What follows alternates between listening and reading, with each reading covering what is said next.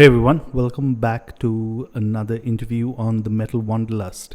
I'm Peter K, aka Trendcrusher, and this time we've got the Finnish metal act Amorphis. I'm pretty sure the band needs no introduction to those who've been listening to metal for a while, but I'm going to quickly tell you that they put out their 11th album Halo last month, and I had a chance to speak to their guitarist Tomi. So without further ado, here's my interview with him. Yeah, and I'm back with another interview for the Metal Wanderlust, and I've got none other than Tomi, the guitarist from Amorphis. How are you doing today?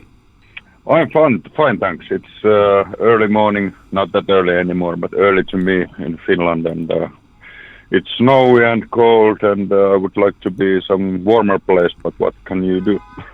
But I'm fine. Yeah, it's crazy, right? And especially like this time of the year in the northern hemisphere, right? Oh yeah, this time of the year we are like Facebook. You have those memories, and I'm seeing like, okay, this is the 70,000 tons of metal going on, and this is Australia a few years ago, and now being stuck to winters like 2 years. Yeah, so it feels strange, but yeah, I can totally. That's what it is. But, you know, it's not all doom and gloom for you, right? Because you're actually days away from the release of your 14th album, Halo. How does it feel? I mean, I have to ask you, does it feel like it's been 14 albums? Yes and no. Like in some way, this has been always like part of me, the Amorphis. I mean, like because we formed the band when we were like 17 years old. So I couldn't imagine the life without Amorphis, because this has been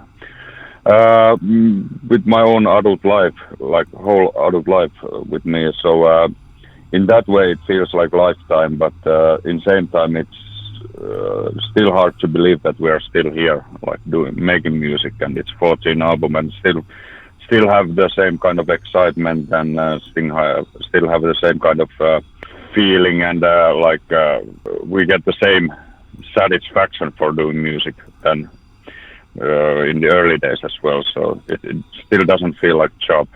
Yeah. So, you know, I did mention before we started recording that I do have Finnish friends, and one of them actually is a contributor to the Metal Wanderlust. His name is Markus Makkonen. I think you may be familiar with him. Oh yeah, I know Markus. Yeah, sure. Yeah. So, you know, for those listening and have no idea, he's one of the authors of the book Rotting Ways to Misery, the history of Finnish death metal. I want to ask you, what did you think of the book? Because to me, honestly, sitting here in India, it was just like, wow, I had no idea there were so many death metal bands from Finland. I haven't actually read the book yet because, I didn't get it from anywhere, and I haven't like bought it yet, but I would like to. And of course, I've seen some like prints from it, and but yeah, it's great nostalgic like trip to that age, and that was strange times. Like it was very underground, the whole scene, of course, but in same time to us who were in that like scene, it felt like world. I mean, you had you were tape trading. The whole globe was like your playground, you know. Yeah. People from there, and bands from there, and all were supporting each other, and you know, and that was a strange world. Like nobody who wasn't in there didn't know about it. It was like so strange, and that was of course because before the internet times. So that made it even more like some. But it was. I still miss those times. It was totally like, I don't know how to explain it. It's strange. I wish like kids in this age, these days, like could experience the same kind of feeling. And that's also because when you're not child anymore, and you're looking for your place in the world and things like this. And when you find something like that, and you can realize that there's like similar people all over the world, and you can have the same kind of taste of music, and you're same time creating like new style of music, like overall, and like normal record companies, they didn't get it at all, and they were just laughing to it. And of course, things these days are a little bit different. Yeah, and I'm glad. I mean, like that's the thing, right? Like the internet has its pluses and minuses. On the plus side, it's good because there's someone like halfway around the world in India talking to you right now, right? And I have a chance to kind of listen to the album. So, kind of talking about the album Halo, right? I was doing a bit of research and I was seeing some of the initial responses that, the way the band has described it. And you've described it, or at least multiple members of the band have described it as heavy. So, considering that, press would have got a bit of wind of it or have the album so far, what's the initial response to the album been? Has it been the way you expected it? Normally, I don't expect too much because it feels like everybody has like own view to it, because True. that's also like something what we have been told with every album. If you see our past interviews, it's like, this is heavier. I don't know why we keep on saying that, but maybe it feels like it at that point. I don't know why, but that's how it is. And I think it's heavier, but it comes from like more like guitar oriented sounds.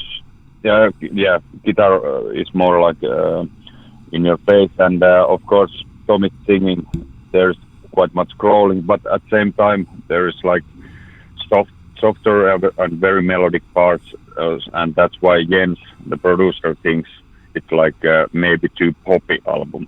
Oh, so wow.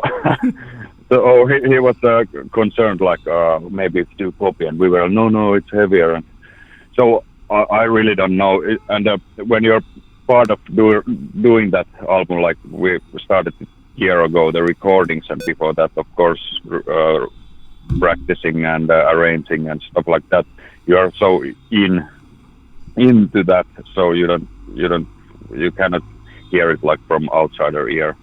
Yeah.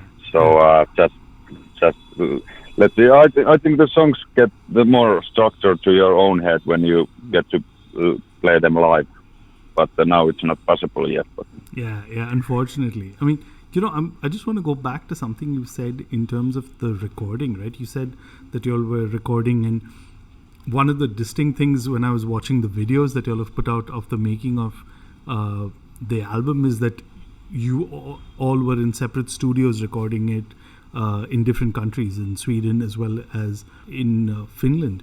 But take us a step before that. Like, what was the songwriting process like? Was it already started before the pandemic hit the rest of the world? I mean, the entire world, to be honest, or was it something that since you all were at home and you all had time, you all said, okay, let's start writing music? What was that like? I think it always happens like when you like have your album out, or even before that, you start to play at home, like home studios, recording ideas, and so nobody actually of us knows if somebody have new songs or not. But we just like start to check them with the band, like maybe a few months before the studio. But I guess this time, the first summer of pandemic, the 2020, I guess we all had like so much spare time, and we knew that we are going to studio next, like in half a year. So I guess we all like focused a little bit more to compose stuff, because normally we would play at festivals every weekend, and some even more. And this time we had like whole summer just free time. So I guess some of the songs were made in that period, because we like normally this time as well, we had like 35 songs demoed before entering the studio.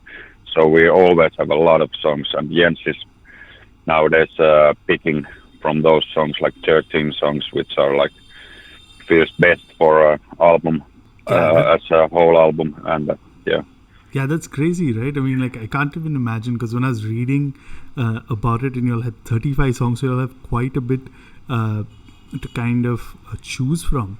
And I at this point, I must ask you, because I saw recording with Tomi, who's your vocalist, and he mentioned that, and I'm apologizing in advance because I'm going to butcher his name, but Pekka Kainulin, who's been writing the lyrics from the year 2007 with you. And the concept also that he's written about and is an expert in is this. I heard the pronunciation, so I'm going to get this right. Is Kalevala? Yeah. Kalevala. Yes. So, right. For at least non-Finnish people and even non-European people, how would you describe that? The Kalevala book. Well, that's something like it's. If you go way back, there were stories which were like telling like from generation to generation, by mouth to mouth, like some like beliefs and things like that. And that was, I guess, the first book was what was like written in Finnish, like officially, because before that the Swedish was like in big role in Finland, of course, and they were thinking that Finnish language is some kind of like forest people's language, and it's not like official, and it's not like real language. I mean, this kind of attitude maybe. And then they have this book, and that was maybe first. So it was to Finnish-speaking identity. I think it was important, and of course it was collective of these stories. So it was like captured all those stories together and make it something. And of course, when we're in school, you have to like learn that book, and just like because it's something your like heritage and stuff like that, and everybody hated it, and we too. Of course, it was most boring stuff we could imagine. But but afterwards, it was like kind of accident, because we started to listen like different countries. Folk music, Oriental stuff, a lot of that kind of stuff, and so we had an idea to use that like folkish style of lyrics as well, and that felt very good idea to have it like to use our like own roots thing, and same time we didn't know everybody used that before for music, or at least heavy music. So it was kind of an accident at first place, but yeah, it has become some big part of Amorphis at the same time. And I think the stories fits very good to our music, because they leave a lot of space to think the meanings by yourself.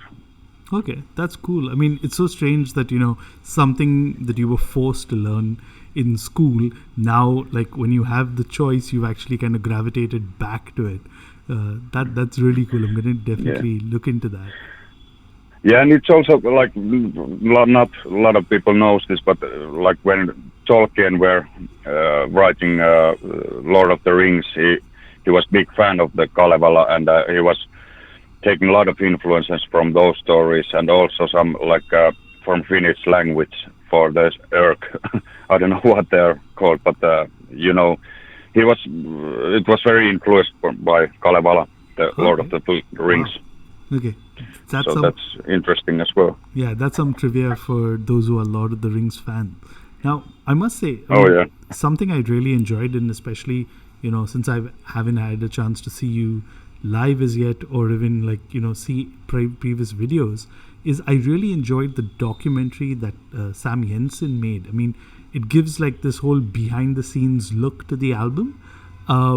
As a fan, I really liked it, because it kind of makes you feel that, you're part of this process with the band. It gives you an idea in there, which, if you think about it, is such a contrast to how metal used to be, right? Back in the day, like, you didn't really know who the musicians were. You didn't know their lives or their things. You couldn't see it. There was an air of mystery to it.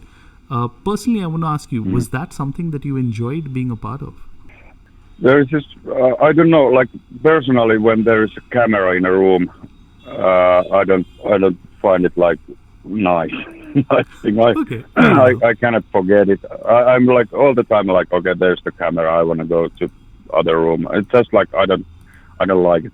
But at the same time, it's like as a like fan or some band. Of course, it's great if you have like a lot of different like some band members. They're like putting the Instagram stories like 10 hours per day, I guess. It feels like that. And if you're into it, looking that, I think it's good, and it keeps your like interactive with the fans. But I have to say, I'm not that kind of person, because I don't I'm just not. I think some people are and some people are not.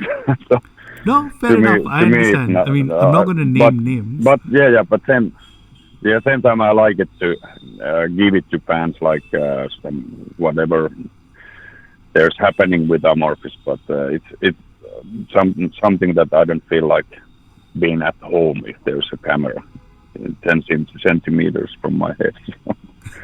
No, fair enough. If you know what I mean. Yeah, I'm not going to name names, but then, sometimes like it's very hard to take a lot of the, the brutal and extreme metal bands serious when you realize that their life is no different from yours. Like, someone didn't make the coffee right, or they have something wrong in the house. It just kind of shatters that whole image that you had of them. I know what you mean. Yeah. But but things are changed maybe this day. Yeah. But I must come back to Halo. I mean, Halo is actually, I realized, the third and the last part of the trilogy, which actually started with Under the Red Cloud, and then which was released in 2015, and Queen of Time, which released in 2018. Have you thought of what's next? Like, how do you kind of take Amorphis forward, or are you kind of looking at some of the songs that you all wrote from the 35 that didn't make the cut? Normally, we don't actually ever go back to those songs which are not made it to the album. I think I don't know what the composers who did that song and that song, what they're gonna do it, but it's always like we are starting from clean table to next album, so it doesn't feel right like just trying to find something from your closet, like okay, this is good song maybe, but we start from a clean table always, and it's been like 3 album cycles for some reason with this band, and then something happens. I don't know what it is, but I'm looking for it, but I have no idea what's gonna happen next, but there will be albums still, and we're still trying to do every time better albums. Yeah, and I'm really glad to hear that. I'm going to bring back actually what I started off with in Rotting Ways to Misery. One thing that really stood out for me in the text, especially in the chapter on Amorphis, is that you mentioned that compared to the other Finnish metal bands, especially the death metal ones, you'll actually listen to a variety of music, like stuff like The Doors and things like that, like psychedelic music. Is that still the same? And if I may ask, what are you currently listening to? Well, yeah, like I think when we formed Amorphis, we were already having that kind of circle, like going from Metallica to Slayer to Morbid Angel, Carcass, Napalm Death, going like extreme, and then some happened this, like suddenly we started to listen like 70s progressive rock and very different kind of music styles, and that was already like when we formed Amorphis. We have had I had Abhorrence before Amorphis, and that was like more pure death metal. But already when we started with Amorphis, we started to latest the second album, Tales from the Thousand Lakes, we decided that not decided but felt like we can use everything as influence us, we don't want to put limits what kind of music we should play, and that it should be like straight pure death metal or something like that. We didn't want to do that, to keep things fresh and nice and fun, and I think it's still the same. And sometimes you listen, we listen to a lot of different kind of music, and metal to jazz. Well, I don't know if we listen to jazz, but you know what I mean. Like the scale is very wide, and sometimes you listen more heavier stuff, sometimes a little bit less, and it goes in life normally. Sometimes you feel more like something, and but yeah, I enjoy to listen my old favorites like Morbid Angel, Carcass, Paradise Lost, Slayer stuff once in a while, and I haven't found that many newcomers which I listen that much that I still listen to the old ones, if you know what I mean. But yeah, we take influences from like every kind of music, and we listen to every kind of good music. If it's good, it's good. So if I can ask you, if there was a band that you're currently listening to that would totally surprise the people listening to this interview, what would it be? Well, one of my all-time favorites, and that has been like from early 90s. It's the Cardigans from Sweden, and Wow. I don't think like if you I love that band. So Wow. I don't think it's not that metal, but Yeah, you've totally they have surprised something. me.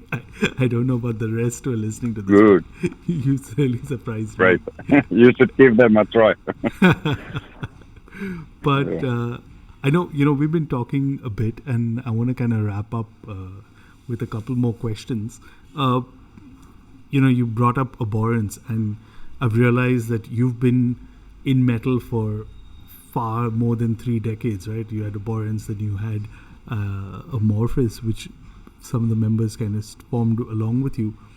What keeps you going after 3 decades? I'm really curious, because if you think about it, like a lot of the bands that I read in the book about, like a lot of members don't play metal music anymore, are not involved in the metal scene.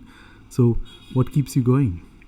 Well, I guess it's that we decided in a very early phase that we don't put limits. If we would try to do like 7 Tales from the Thousand Lake styles of albums or 7 pure death metal albums, then I think that would start to taste like wood at some point, and we would broke up and do something else. But because we have only doing this for the music, and it's been like every making album, and it's always like new journey and always fun to like try new things. So that keeps things fresh. So I think that's the one of the main things. And of course we have a good spirit inside the band and a good team behind us. So it's getting like easier every year, like more what you are trying to do. No, fair enough. And I really appreciate that, because like you have a lot of bands who like had a hit album, then spend the rest of their career trying to like replicate it, and it kind of gets boring very soon, right? Like you said. So I really appreciate what you guys do. But before I let you go, this is your time and space.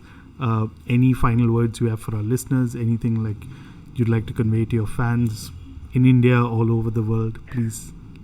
It would be great to play in India for the first time. And actually, I've never been there anyway, and we always love to see new places and keep pushing our agents like to have us like places we've never been. But of course, this pandemic time has changed everything.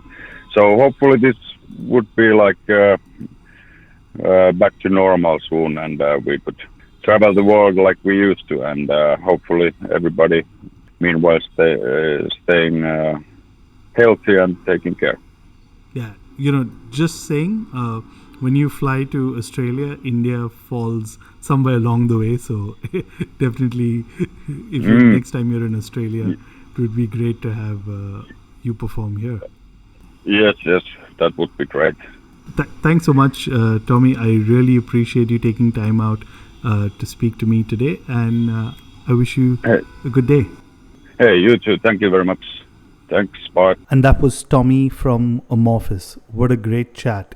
If that chat excited you, well, do check out their latest album, Halo, on Bandcamp or any of the streaming platforms that you use. Stay tuned for more interviews like this. Hit the bell icon, like, subscribe. You know the whole deal. I'll see you next time. Cheers.